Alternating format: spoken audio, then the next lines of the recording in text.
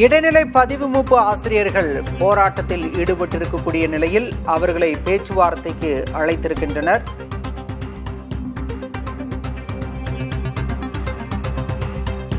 போராட்டம் நடத்தும் இடைநிலை ஆசிரியர்களை பேச்சுவார்த்தைக்கு அழைத்துள்ளது தமிழக அரசு. பள்ளி கல்வித்துறை அதிகாரிகளுடன் இடைநிலை ஆசிரியர் சங்க நிர்வாகிகள் பேச்சுவார்த்தையில் ஈடுபட்டிருக்கின்றனர்.